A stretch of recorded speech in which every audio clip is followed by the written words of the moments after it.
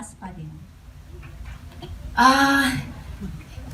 Baka hindi na natin ma-explica completely bakit mataas pa rin. Pero, kailangan nating tignan na, okay, mataas. Sabi ng mga survey, popular siya. Pero hindi porke sinabi ng surveys na popular ang isang leader, ibig sabihin demokratiko siya. And alam natin, kahit sa history ng ibang mga bansa, nagkaroon ng mga authoritarian or even dictatorial government na at least sa simula may bihis na demokratiko.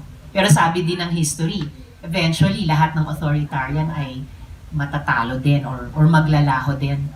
Ang importante para sa amin, sa minority at para sa akin, ay patuloy kaming magtrabaho, patuloy kaming lumaban, patuloy kaming makipag-usap sa mga kababayan natin, magtanong, makinig, umintindi talaga sa ano yung mga concerns nila para mapatunayan over time na yung demokratikong paraan ang mas epektibo at hindi itong mga pamamaraan ni Presidente.